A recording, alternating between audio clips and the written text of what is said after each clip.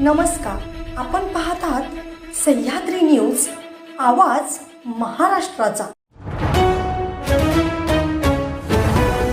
छगन भुजबळ यांना मंत्रिपद नाकारल्यानं अजित पवारांच्या प्रतिमेला जोडे मारून निषेध।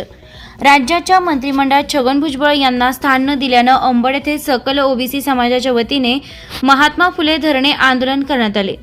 यावेळी आंदोलकांनी सरकारच्या विरोधात जोरदार घोषणाबाजी केली। तसेच राष्ट्रवादीचे अध्यक्ष तथा उपमुख्यमंत्री अजित पवार यांच्या प्रतिमेला जोडे मारून निषेध केलाय।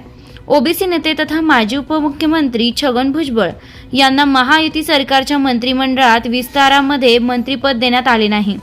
याच्या निषेधार्थ अंबड शहरामध्ये सकल ओबीसी समाजाकडून महायुती सरकार व राज्याचे उपमुख्यमंत्री तथा राष्ट्रवादी काँग्रेसचे अध्यक्ष अजित पवार यांच्या विरोधात धरणे आंदोलन करण्यात आले। मंत्रिपद न मिळाल्यानं राज्यभरातील भुजबळ समर्थक ओबीसी समाजात नाराजीची भावना असल्याचं आंदोलकांनी सांगितलंय।